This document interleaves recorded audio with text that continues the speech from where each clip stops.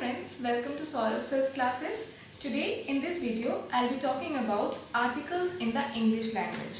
Okay? What are we going to talk about? Articles. अब आप लोगों में से बहुत लोग ये क्वेश्चन कर सकते हैं दैट मैं इतना मतलब इजी टॉपिक्स क्यों पढ़ा रही हूँ जो कि मतलब एकदम बेसिक है, जैसे कि मैंने पिछले वीडियो में I have taught about the tenses and the basic rules, 12 rules हमने पढ़े थे उसके, एंड आज मैं आप लोग को आर्टिकल्स पढ़ा रही हूँ. तो आप लोग सोच ही सकते हैं this question may come that why am I teaching all this things, articles, tenses and all this things. So let me be clear that if we want to learn English in its proper way, then we need to know the basic. अगर हमारा basic clear रहेगा, अगर हमारा concept clear रहेगा, then हमारे लिए ये English language सीखना बहुत ही ज़्यादा ईजी हो जाएगा. लाइक इंग्लिश हमें कुछ ना कुछ तो आता ही है, लेकिन यू नो व्हाट, वो कहते हैं ना कम नॉलेज या मतलब कम ज्ञान, आधा ज्ञान, वो हमारे लिए बहुत ज़्यादा खतरनाक होता है. ओके, सो हम अगर किसी चीज़ के बारे में पढ़ रहे हैं तो हमें उसको पूरे डिटेल्स में मतलब पूरा कंसेप्ट क्लियर करके हमें पढ़ना है. ओके, जैसे कि आर्टिकल्स, आप सभी हम लोग मतलब बचपन से ही आर्टिकल्स पढ़ते हुए आ रहे हैं, बट इस वीडियो में आप देखेंगे बहुत सारे ऐसे चीज़ जो हम बचपन से पढ़ तो रहे हैं लेकिन हमने इसमें कभी ध्यान नहीं दिया, and because of which our concepts are not clear. Like हमारे पास बहुत सारे कैंडिडेट्स आते हैं जो हमें कहते हैं कि मैम हमसे मैथ्स हो गया, रीजनिंग हो गया, जीएस हो गया, लेकिन हम इंग्लिश में कहीं ना कहीं गलती कर बैठे. ओके, सो गलती क्यों हो जाता है मैम, हमें समझ में नहीं आया हमने इंग्लिश में कहाँ गलती किया. देखिए, इसका दो बेसिक रीजन्स हैं. ओके, पहला रीज़न ये हो जाता है कि मैंने बहुत सारे कैंडिडेट्स को देखा है जो मतलब इंग्लिश में उतना ज़्यादा ध्यान नहीं देते. उनको लगता है कि वो एग्ज़ाम के 7-8 दिन कुछ पढ़ लेंगे, एग्ज़ाम के पहले दिन उनका इंग्लिश हो जाएगा. सो ऐसा नहीं है, you can not just take it lightly. Okay, English को भी आप लाइटली नहीं ले सकते. जैसे आप दूसरे सब्जेक्ट्स में मेहनत करते हैं, दूसरे सब्जेक्ट्स को मतलब इंपॉर्टेंस देते हैं, you need to give English and it's basic things very very importance. Okay, so देखिए, हम यहाँ पे आर्टिकल्स के बारे में पढ़ेंगे, देन हम टेंसेस के बारे में पढ़ चुके हैं, देन हम पढ़ेंगे आपका prepositions, changing of voices from active to passive. ये सब चीज़ें ना बहुत इंपॉर्टेंट है. Though we are learning this since our childhood, but still our concepts are not yet clear, क्योंकि हमने वो बुकिश लैंग्वेज में पढ़ लिया. ओके, तो बुकिश लैंग्वेज में पढ़ लिया, but when we need to apply this in practical thing, मतलब जब एग्जाम्स में हम बैठ रहे हैं तब क्या होता है ना, वो जो ऑप्शंस होते हैं वो इतने क्लोज हो जाते हैं कि हमें लगता है ये भी हो सकता है, वो भी हो सकता है, देन वी गेट कंफ्यूज. तब क्या होता है, ऐसे चीज़ों में वही लोग क्लियर कर पाते हैं जो मतलब आपका एग्जाम में उनका कंसेप्ट क्लियर हो जाते हैं. मतलब जो अपना कंसेप्ट क्लियर करके एग्जाम में बैठते हैं उनका ये गलती नहीं होता है कि वो कंफ्यूज हो जाए, क्योंकि उनका कंसेप्ट पहले से क्लियर रहता है. वो क्वेश्चन देख के समझ जाते हैं कि यहाँ पे कौन सा ऑप्शन एकदम परफेक्ट होगा. ओके, तो इसीलिए I will be teaching this basic thing, article, जो कि हम बचपन से पढ़ते हुए आ रहे हैं. आप सभी जानते होंगे आर्टिकल, ए एंड द, मतलब ये तो हम लोग पढ़ ही रहे हैं. सबसे पहले let's come to the basic, what is an article, मतलब आर्टिकल होते क्या हैं. तो आर्टिकल क्या होते हैं? Article, I can say that article is anything that defines something, मतलब किसी भी एक चीज़ को वो डिफाइन कर देता है. जैसे कि कोई भी एक पर्टिकुलर थिंग हो या इंडिविजुअल हो या ग्रुप हो, इसको आर्टिकल डिफाइन कर देता है. Like she is a girl, he is a boy, तो वो क्या है, वो एक गर्ल है. वो क्या है, वो एक बॉय है. A girl, a boy. Okay, और भी आप एग्जाम्पल ले सकते हैं. This she is carrying an umbrella, she is carrying an umbrella, वो क्या कैरी कर रही है, एक अम्ब्रेला कैरी कर रही है, एन अम्ब्रेला. ओके, सो ये सब चीज़ हम जानते हैं कि मतलब आर्टिकल्स का क्या काम होता है, किसी भी एक चीज़ को डिफाइन कर देना. ओके, सो बचपन से हम पढ़ते हुए आ रहे हैं दैट 3 टाइप का आर्टिकल होगा, ए एंड द. ओके, 3 टाइप का आर्टिकल्स होगा हमारे पास, ए एंड द.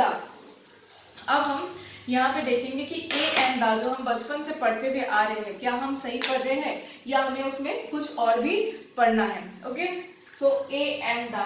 अब हम क्या करेंगे, हम आर्टिकल्स का बेसिक रूल्स देखेंगे. आर्टिकल्स 2 टाइप के होते हैं, एक होते हैं डेफिनेट आर्टिकल्स, एक होते हैं indefinite articles. Okay, so definite and indefinite.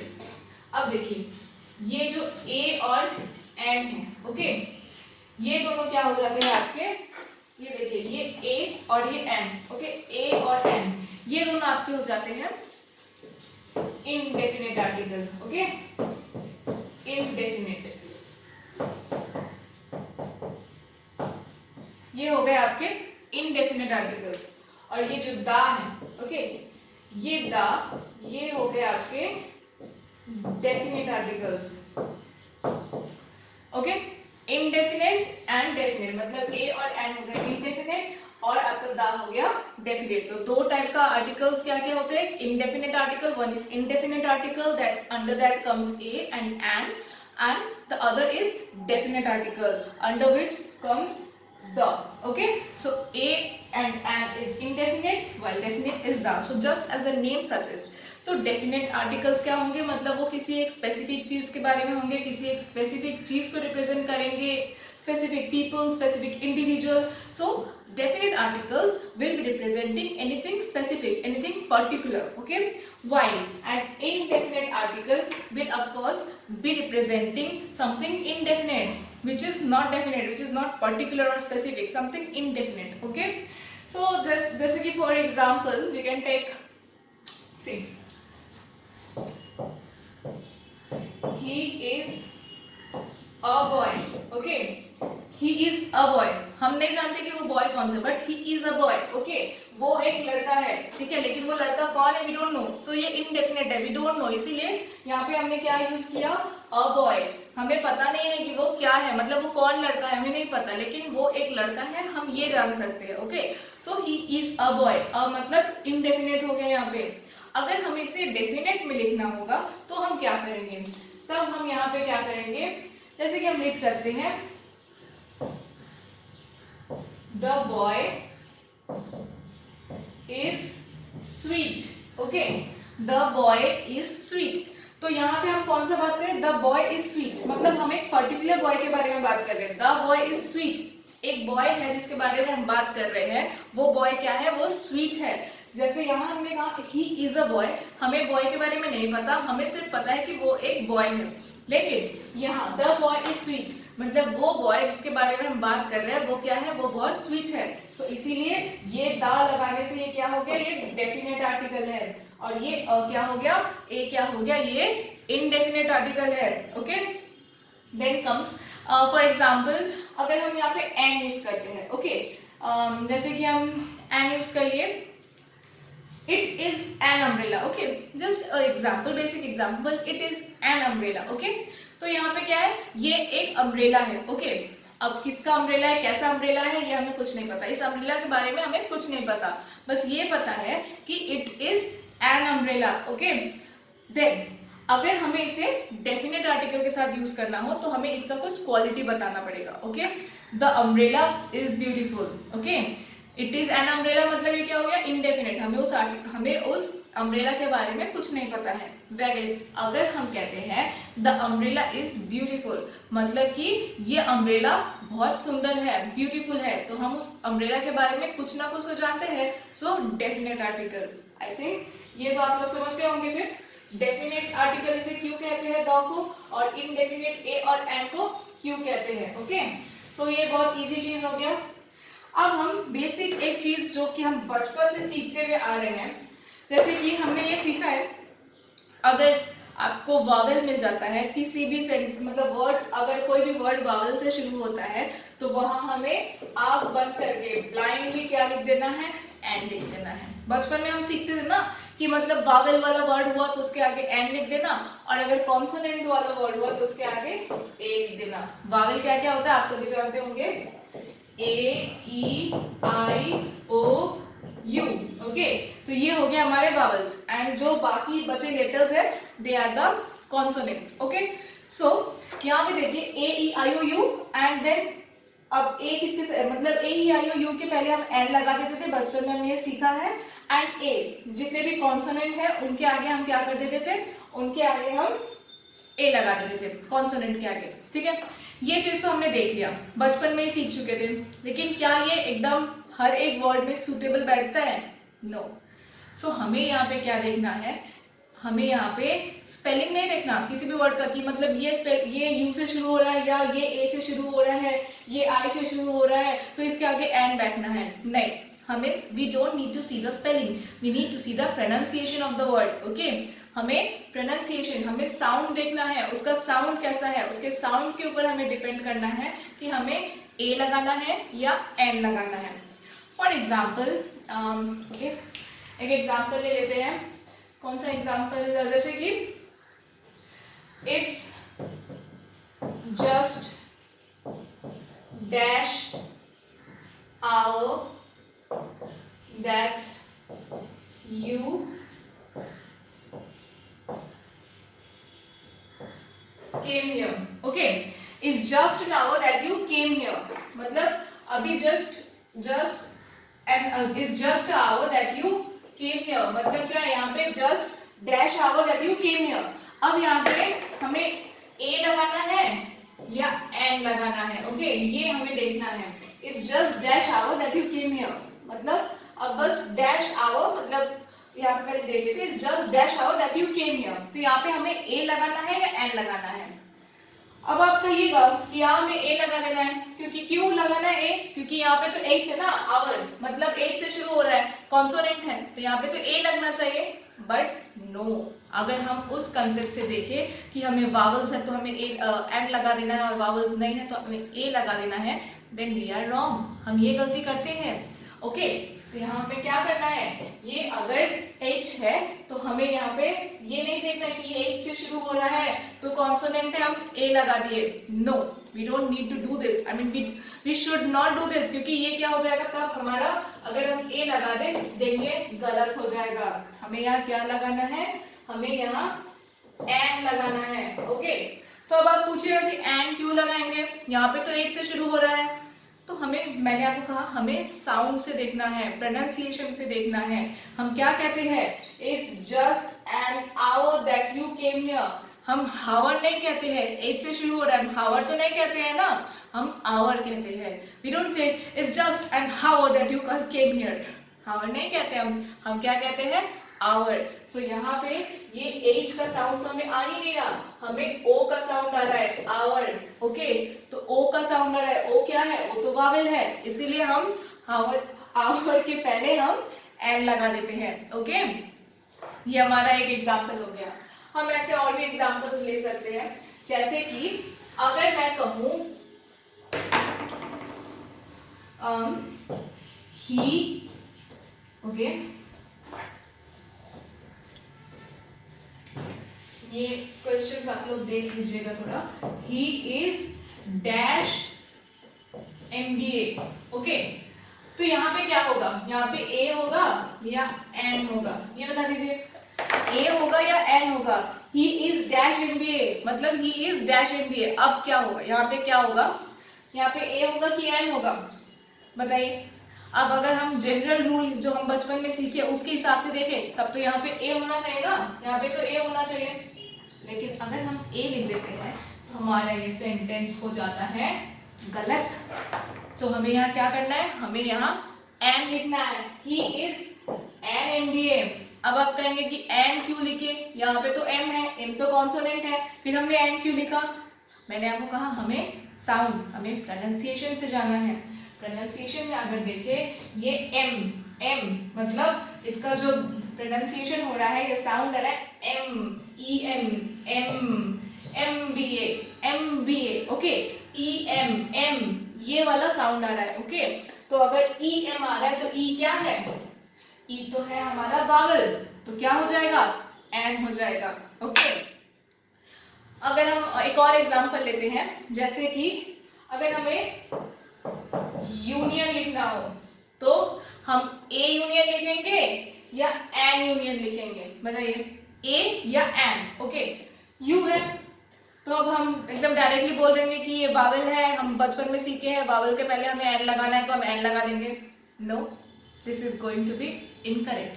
So for correct answer we need to place a here, a union. Okay, why do we need to place a, क्योंकि यूनियन, ओके, यूनियन साउंड देखिए, union मतलब साउंड क्या आ रहा है, YOO, U, okay, Y O O, union का साउंड आ जा रहा है Y O O, okay, Y, Y क्या है, वाई तो कॉन्सोनेंट है, तो अगर साउंड हमें, पहला साउंड हमें वाई का आ रहा है, U, Y O U, union, तो हमें क्या करना पड़ेगा, यहाँ पे ए लगाना पड़ेगा। ये सब चीजें हमें एकदम अच्छे से दिमाग में रखना है, okay. She file dash FIR, चलिए एक और example, she file dash FIR, okay, F I are, ये तो आप लोग जानते ही होंगे, first information report, okay, F I are, इसके आगे ए होगा या एन होगा, ये बताइए, ए होगा या एन होगा, F I are, she file dash F I R, okay, तो एफ आई आर, एफ है कॉन्सोनेंट के हिसाब से तो हमें ए लगाना चाहिए, बट नो, यहाँ हमें क्या लगाना है, हमें एन लगाना है, और एन क्यों लगाना है, F I are, F, F, okay, F, F में हमें तब क्या करना है, ई एफ वाला साउंड आ रहा है, ओके, ई एफ वाला साउंड आ रहा है, तो हमें ई, ई इज वावल, तो हमें यहाँ पे क्या लगाना पड़ेगा, an F I R, okay. एक और एग्जांपल लेते हैं, she studies in dash university, she studies in dash university, okay, तो यूनिवर्सिटी, ओके, यूनिवर्सिटी अगर हम लेते हैं,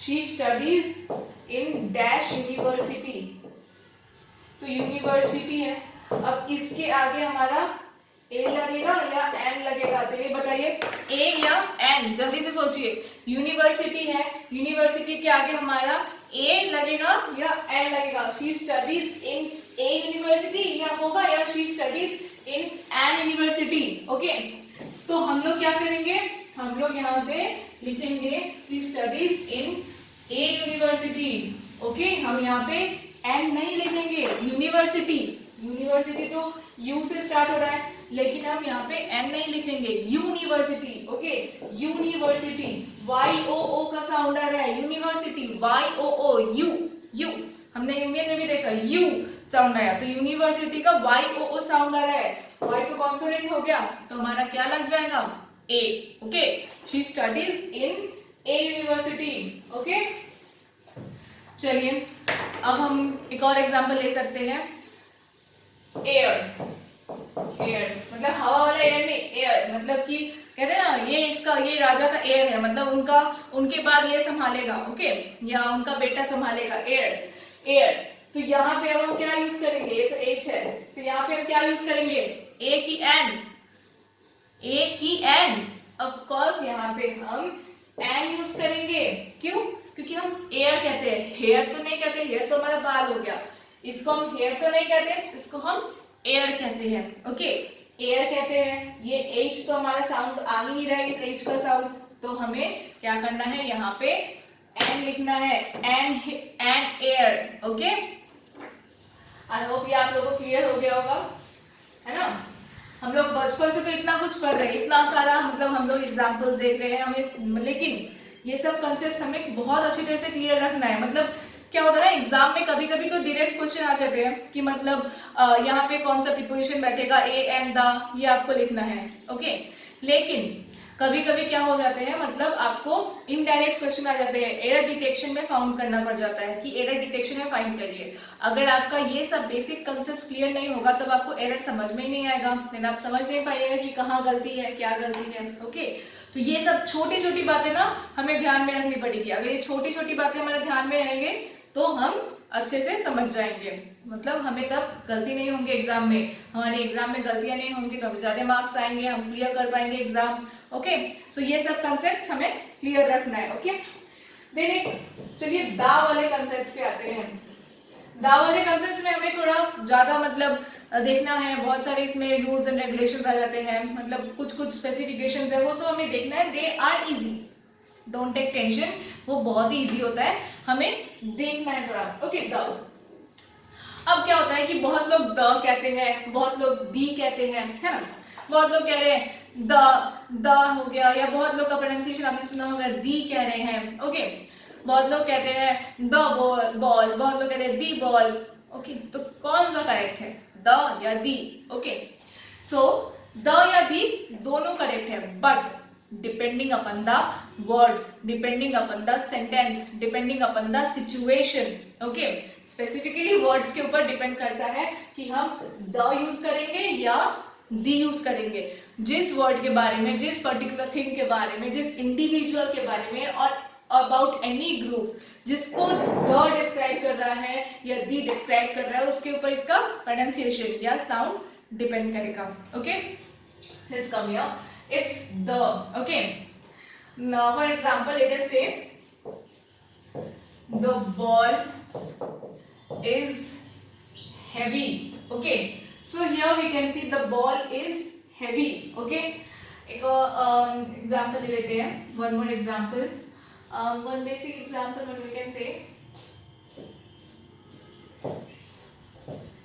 the umbrella is beautiful, okay।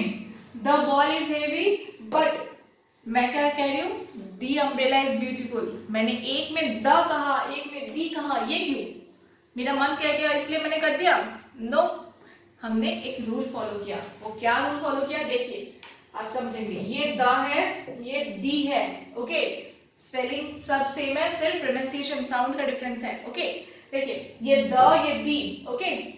The ball, okay, the ball, the umbrella, difference क्या है यहाँ पे?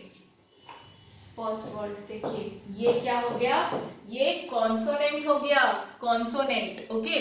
कॉन्सोनेंट के पहले अगर हम दा लगाते हैं, अगर किसी भी वर्ड में कॉन्सोनेंट है और उसके पहले हम दा लगाते हैं तो हम उसका प्रोनाउंसिएशन द करेंगे।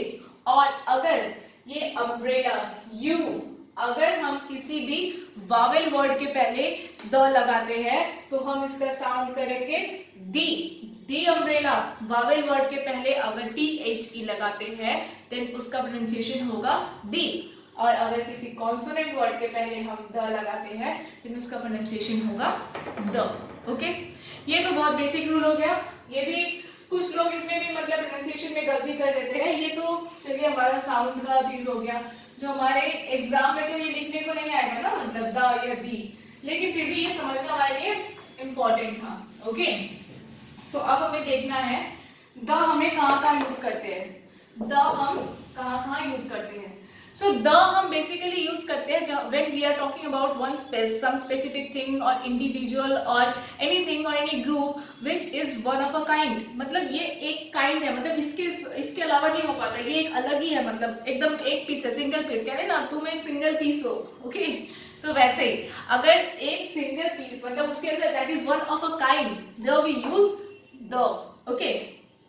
So it refers to one specific group, individual, anything, any person or anything, any place, okay, that is one of a kind, okay। जैसे कि आप देख लीजिए रिवर में आगे आपका like Yamuna, Ganga, then Nile river, ये सारा जो रिवर है ना ये तो वन ऑफ अ काइंड। तो इन सब के पहले द गंगा, द नाइल, ये आपके पहले द लगेगा, ओके।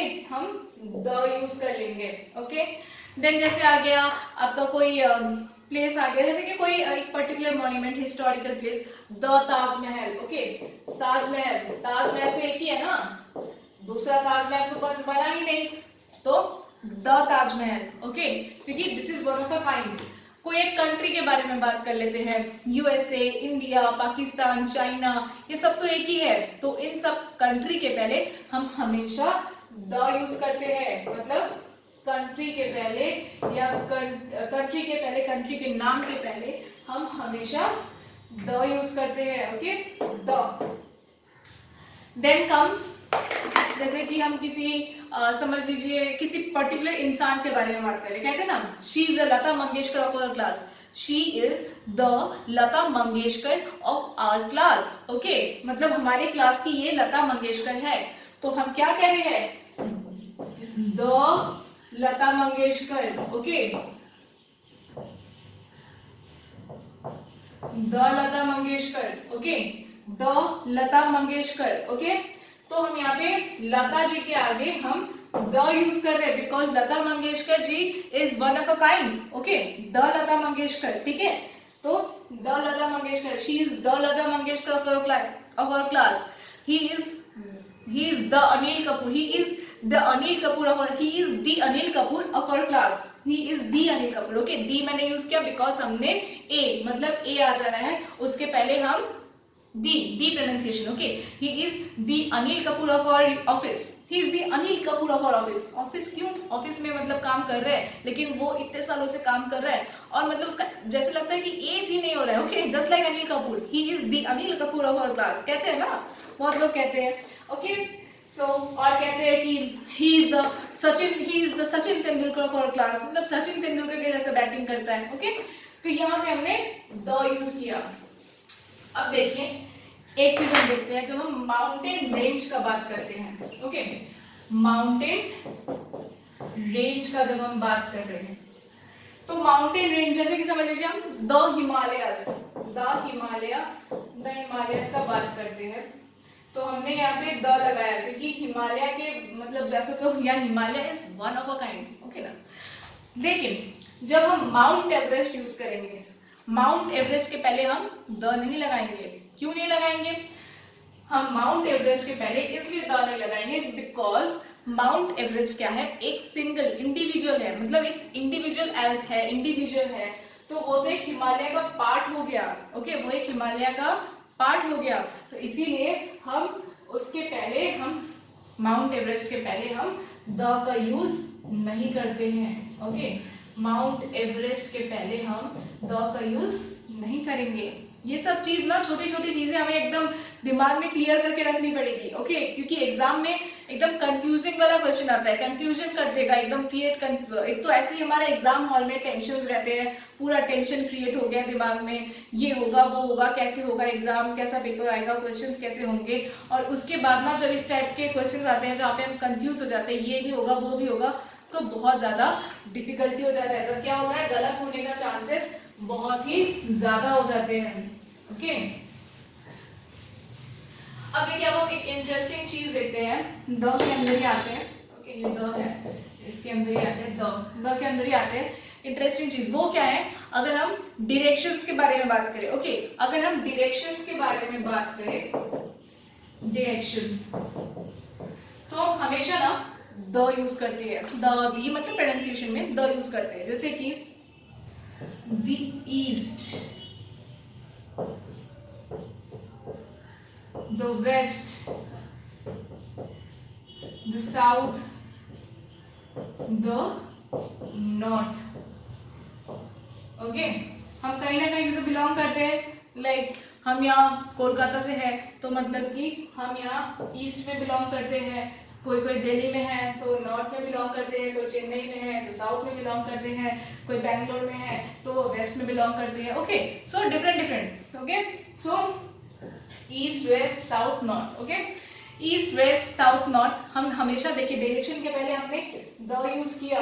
ओके, लेकिन एक एक्सेप्शन आ जाता है. अब वो एक्सेप्शन क्या आ जाता है, अगर हम कहते हैं माई हाउस फेसेस ईस्ट और my house faces west, this flower faces east, कहते हैं ना this flower faces east, this flower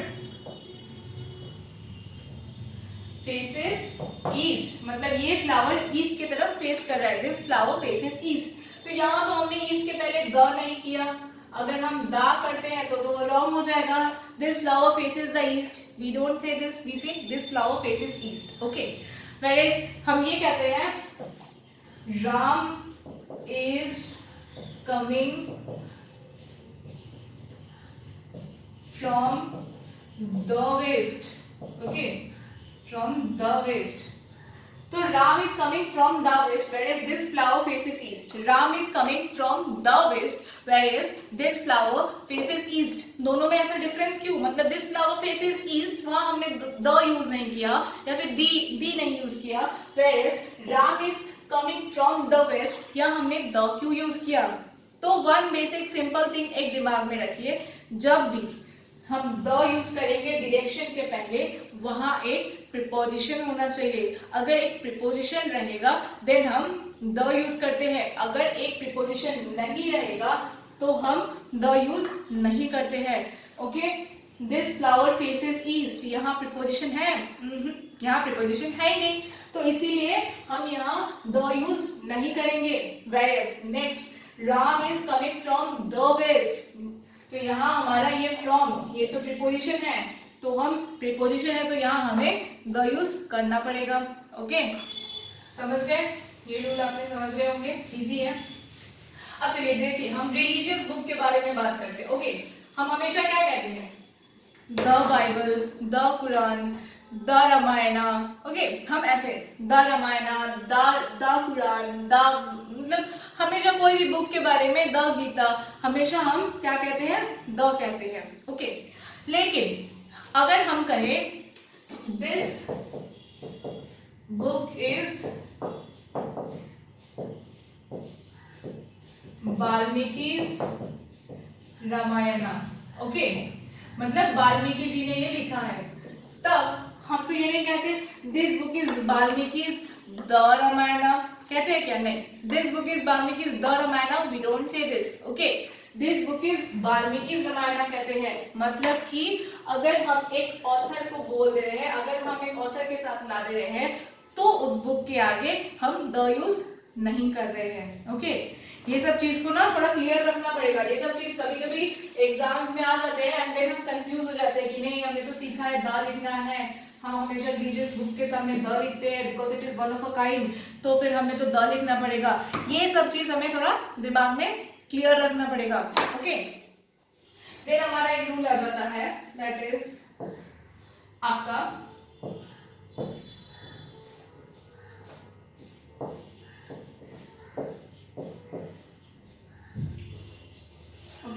proper noun. Okay,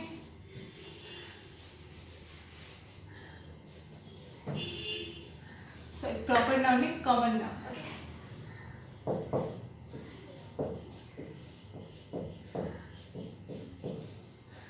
common noun, अब हमें कॉमन नाउन का देखना है। ओके, कॉमन नाउन का देखना है हमें, common noun, common noun. Okay, common noun हम सभी जानते हैं ना। कॉमन नाउन में आपके होते हैं मतलब गर्ल, बॉय, राम, श्याम, कोई भी कॉमन नाउन, ठीक है, या गर्ल्स, बॉयज। तो कॉमन नाउन में singular common noun and plural common noun दोनों होते हैं। सिंगुलर कॉमन नाउन भी हो रहे हैं, प्लूरल कॉमन नाउन भी हो रहे हैं। ओके, अब इन दोनों के साथ कैसे हम आर्टिकल्स यूज करते हैं ये हम पढ़ेंगे। मतलब आर्टिकल क्या, हम द के बारे में बात कर रहे हैं ना, इसी के साथ इन दोनों के साथ हम कैसे द यूज करते हैं वो हम देखेंगे। ओके, हम कहते हैं ना the dog is a faithful animal. मतलब क्या है, जो डॉग है, the dog is a faithful animal. Okay, जो डॉग है हमारे, वो डॉग क्या होते हैं? फेथफुल एनिमल होते हैं। ठीक है, द डॉग मतलब जब एक पर्टिकुलर मतलब जब हम बात कर रहे हैं डॉग के बारे में, तो यहाँ the dog is a faithful animal, मतलब यहाँ पे कोई पर्टिकुलर डॉग के बारे में नहीं बात किया जा रहा है। यहाँ पे क्या हो रहा है, यहाँ पे हमें ये डॉग जब हम बोल रहे हैं तो यहाँ पे ये डॉग का पूरा एंटायर पॉपुलेशन के बारे में बताया जा रहा है। मतलब डॉग्स इन जनरल क्या होते हैं, बहुत ही फेथफुल होते हैं। या फिर the deer is a peace loving animal, मतलब वो हमेशा शांति पसंद करता है। ओके, तो the deer is a peace loving animal, मतलब यहाँ पे हम सिर्फ कोई पर्टिकुलर डियर के बारे में बात नहीं कर रहे हैं, बल्कि यहाँ पे हम क्या कह रहे हैं, the deer means it is representing the entire population of deer. Okay, now comes the interesting part, when we say man needs oxygen to live, man needs oxygen to live. Okay, अब यहाँ पे हम ये तो नहीं कहते The man needs oxygen to live, ये हम नहीं कहते। क्यों नहीं कहते? Man needs oxygen to live, तो हम the man क्यों नहीं कहते? सबको तो लगता है ऑक्सीजन, एंटायर पॉपुलेशन को लग रहा है, तो हम ये क्यों नहीं कह रहे? ओके, तो इन दोनों में डिफरेंस क्या हो जा रहा है? The dog is a faithful animal, the deer is a peace loving animal। यहाँ पे क्या हो जा रहा है, ये एक यूनिवर्सल ट्रुथ नहीं है, मतलब ये हमारा एक्सपेक्टेशंस है या ये हमारा बनाया हुआ ट्रुथ है, हम इसको देख रहे हैं, ये हमारा ट्रुथ है, हम जो समझते हैं। बट भगवान ने तो ऐसा नहीं कहा ना कि मतलब डॉग है फेथफुल एनिमल है, या फिर ये यूनिवर्सल ट्रुथ नहीं। अच्छा ठीक है, हमने एक डॉग को फेथफुल माना, कोई एक इंसान ये भी कह सकता है कि नहीं मेरे लिए डॉग फेथफुल एनिमल नहीं है, so this is not an universal truth। okay, like हमने कहा कि deer is a peace loving animal, deer बहुत शांति है, शांति प्रिय जानवर है, but there are many people who can say no that deer is not a peace loving animal. मुझे एक बार एक डियर ने अटैक किया था, मुझे बहुत जोर का लग गया था, मेरे कमर में दर्द हो गया था उसकी वजह से, मैं नहीं मानता कि डियर एक पीस लविंग एनिमल है। तो हम क्या कर सकते हैं, we can not force him, it is not a factual thing, it is not a universal truth, an universal truth. Okay, तो देखिए अब हमें क्या देखना है, ये तो हमें ये देखना है कि जो यूनिवर्सल ट्रूथ हो या जो फैक्चुअल थिंग हो वहां पे हमें क्या करना है, द हम नहीं यूज कर सकते। Okay, fish live in water, okay, fish live in water, ये तो एकदम यूनिवर्सल ट्रूथ है, किसने बनाया है क्या ये चीज, नहीं, fish live in water universal truth है, तो यहाँ पे हम द यूज नहीं करेंगे। ठीक है, तो ये कॉमन नाउन में हमें ये चीज देख लेना है कि जहां पे मतलब यूनिवर्सल ट्रूथ अगर हो रहा है, अगर वो सिंगुलर कॉमन नाउन ही है, मतलब ये डॉग, ये भी तो सिंगुलर कॉमन नाउन है, मैन सिंगुलर है, ये फिश सिंगुलर है, भले ही सिंगुलर कॉमन नाउन हो, ओके, लेकिन अगर एक सिंगुलर कॉमन नाउन एक यूनिवर्सल ट्रूथ को रिप्रेजेंट कर रहा है in respect to the entire population, then हम वहां पे द यूज नहीं करते हैं। Various in a singular common noun अगर ये एंटायर पॉपुलेशन को मतलब रिप्रेजेंट कर रहा है but it is not an universal truth, then we can use the, मतलब कि हम द कभी यूज करते हैं एक सिंगल कॉमन नाउन के साथ जब हमें पता रहता है कि वो एक यूनिवर्सल ट्रूथ नहीं है, वो एक एक्सपेक्टेड ट्रूथ है। ओके, लेकिन जब एक सिंगुलर कॉमन नाउन के साथ जो कि एंटायर पॉपुलेशन को रिप्रेजेंट कर रहा है, अगर उसके साथ एक यूनिवर्सल ट्रूथ लिंक्ड है तो हम वहां पे क्या करते हैं, द यूज नहीं करते हैं। ओके, तो ये तो हो गया सिंगुलर कॉमन नाउन का बात। अब प्लूरल कॉमन नाउन भी होता है ना, तो प्लूरल कॉमन नाउन में क्या हो जाएगा आपका, ये जो रूल हमने देखा ना यही उल्टा हो जाएगा, the opposite thing will happen. Let's see, plural common noun, okay, तो इसमें क्या हो जाएगा, चीजें उल्टे हो जाएंगे, ओके, रूल्स ऑपोजिट हो जाएंगे। जैसे कि प्लूरल कॉमन नाउन, अब देखिए cows, okay, plural common noun हो गया, काउज गिव अस मिल्क, ठीक है, काउज गिव अस मिल्क, तो ये क्या है, काउज गिव अस मिल्क, सारे काउज ही तो हमें मिल्क देते हैं। ओके, तो ये एक यूनिवर्सल ट्रूथ हो गया, ठीक है, लेकिन यहाँ हम ये नहीं कहते the cows give us milk, ये अगर हम करें तो ये गलत है। मतलब यहाँ पे ये काउ क्या है, ये पूरा एंटायर पॉपुलेशन को तो दिखा रहा है, रिप्रेजेंट कर रहा है, लेकिन यहाँ हम दी या द यूज नहीं करते। Okay, cows give us milk no, लेकिन जैसे कि अगर हम कहें हेन्स ले एग, हाँ, तो सारे हेन्स ले एग करते हैं, एग देते हैं, सारे हेन्स देते हैं, तो ये भी यहाँ पे भी हम द यूज नहीं करेंगे। मतलब अगर प्लूरल कॉमन नाउन है और वो एंटायर पॉपुलेशन को रिप्रेजेंट कर रहा है तो हम वहां पे द का यूज नहीं करेंगे। Okay, but there comes exception. देखिए, अगर हम उसको इसी चीज को अगर हम स्पेसिफाई करके कहते हैं, the cows in that field are milky white, okay, are milky white,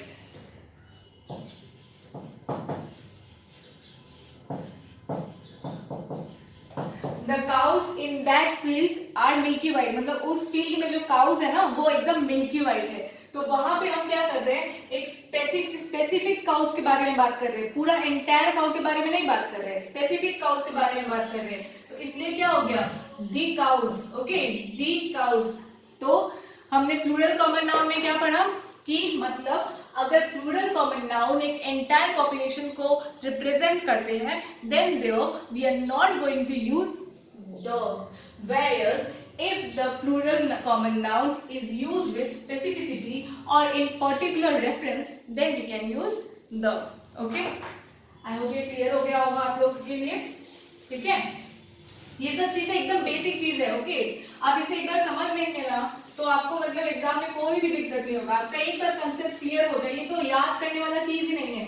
आपका एक बार कंसेप्ट क्लियर हो जाए तो बस आपका कंसेप्ट क्लियर हो गया, आप समझ गए, अब एग्जाम में क्वेश्चन देके खुद ही सॉल्व कर लेंगे। देन आपको मतलब ये एकदम बेसिक चीज है, आपको इसमें कुछ याद करना ही नहीं है, वेरी इजी थिंग। ओके, बस एक बार समझ लीजिए, ठीक है। Then comes one of the rule. Okay, rule number मुझे याद नहीं है, आप लोग देख लीजिएगा। रूल क्या होता है, देन यहाँ पे आ गया एब्स्ट्रैक्ट नाउन का रूल। Okay, abstract noun. अब एब्स्ट्रैक्ट नाउन क्या होता है, हमने पढ़ा एब्स्ट्रैक्ट नाउन।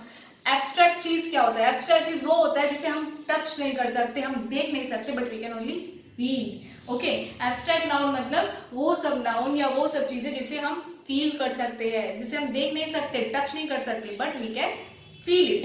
जैसे कि हमारा feelings, emotions, they are all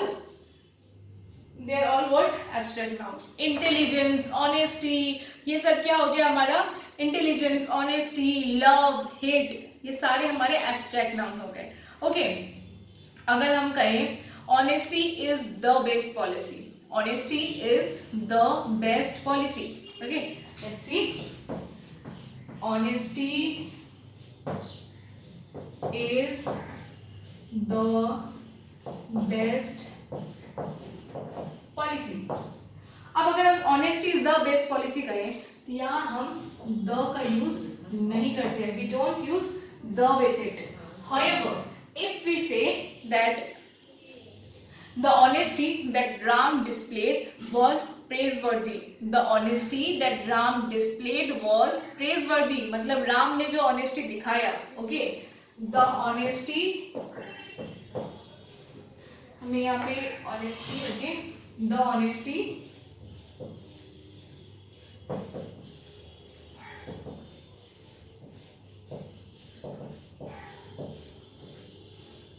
that Ram displayed was praiseworthy, मतलब जो ऑनेस्टी राम ने दिखाया वो बहुत ही praiseworthy था। तो यहाँ पे क्या हो गया, we are using this abstract thing with Ram। Okay, तो हम एक पर्टिकुलर इंसान के साथ इस ऑनेस्टी, इस एब्स्ट्रैक्ट चीज को यूज कर रहे हैं, then we can use the with it। Okay, so जब एक एब्स्ट्रैक्ट चीज एक एंटायर चीज को बताते हैं तब हम द यूज नहीं करते हैं, whereas when that abstract thing can be used with a particular reference then we can use the। I think ये बहुत ही क्लियर हो गया होगा आपके लिए, इजी है चीज, बस एक बार समझ लीजिए तो सारे एग्जांपल्स आपके क्लियर हो जाएंगे। सारे एग्जांपल्स हम इनफैक्ट एग्जांपल्स के साथ ही आपके साथ सॉल्व करेंगे। ओके, अभी तो हमने एक दो एग्जांपल्स दिखा के आगे बढ़ जा रहे हैं, just as to make the concepts clear। then उसके बाद जब हम पेपर सॉल्व करेंगे, क्वेश्चन सॉल्व करेंगे, then ये सब बहुत इजी हो जाएगा। ओके, ये हो गया the। Okay, now let's come to this comparative। Okay, comparative वाला जो होता है मतलब उसमें क्या हो जाता है ना, मतलब कि अगर एक क्वालिटी आपका इंक्रीज हो रहा है तो दूसरा क्वालिटी उसके साथ जो है वो भी इंक्रीज हो जाता है, या एक क्वालिटी अगर डिक्रीज हो रहा है तो दूसरा क्वालिटी उसके साथ जो है वो भी डिक्रीज हो जाता है। तो और दोनों में देखिए, दोनों में क्या हो जाता है, द यूज हो जाता है। Okay, the more you sleep the lazy you become, मतलब जितना ज्यादा सोएंगे उतना ज्यादा लेजी बनोगे। तो the more you sleep the lazy you become, जितना ज्यादा सोओगे उतना ज्यादा लेजी बनोगे। दोनों के आगे देखिए द आ गया, the more you sleep the lazy you become, या the upper you go the cooler you feel. Okay, तो एक इंक्रीज कर रहा है दूसरा डिक्रीज कर रहा है, the less you study the less you pass. Okay, तो एक के साथ एक का मतलब कनेक्शन जुड़ा हुआ है। Okay, so these are the basic things जो हमने मतलब पढ़ा, हमारे मतलब आर्टिकल्स में हमने पढ़े ए एंड द, ये सारे हमने बेसिक रूल्स रेगुलेशंस या फिर जो भी आप कहें हमने उन सबको क्लियर किया। Okay, we have cleared all the rules and concepts that needed to be followed in regarding with the articles. Okay, so now comes a thing that ये आर्टिकल्स हम पहले से ही जानते थे, ए एंड द लगाना, but आज हमने देखा कि उन सब चीजों को हमने कितना डिटेल में पढ़ना है, वो सब चीजें जो हम बचपन में पढ़े हैं आज हमें उसका एडवांस लेवल में देखना है। ओके, तो उन सब चीजों को आज हमने इस वीडियो में बहुत ही अच्छे से डिस्कस किया। I hope this is clear to you. If you have any doubts, any queries, any questions regarding this topic, then please do comment. Then I'll try to solve this thing. Okay. In the next video, we'll be discussing some questions, some examples, some more examples, so as to solve all the complexities that you have in your mind. Okay, then हम लोग consecutive videos में हम लोग prepositions का बात करेंगे, prepositions में जो जो रूल्स लगते हैं उन सब के बारे में बात करेंगे, वॉइसेस के बारे में बात करेंगे, narrations, changing active to passive, ये सब जितने एग्जाम्स में जितने टाइप के क्वेश्चंस आते हैं ना, हम लोग एक एक करके सबका कंसेप्ट क्लियर करेंगे, सबके क्वेश्चन सॉल्व करेंगे, सो दैट एग्जाम में आपको कोई भी डिफिकल्टी ना हो. Okay, because here we are to provide you all the help you need. हमारा सोल मोटो है, सोल एम है कि आपको सारा हेल्प हम प्रोवाइड कर सके. ओके, सो आई थिंक ये वीडियो आपके लिए हेल्पफुल रहा होगा. Thank you. नेक्स्ट वीडियोस में मिलते हैं. बाय.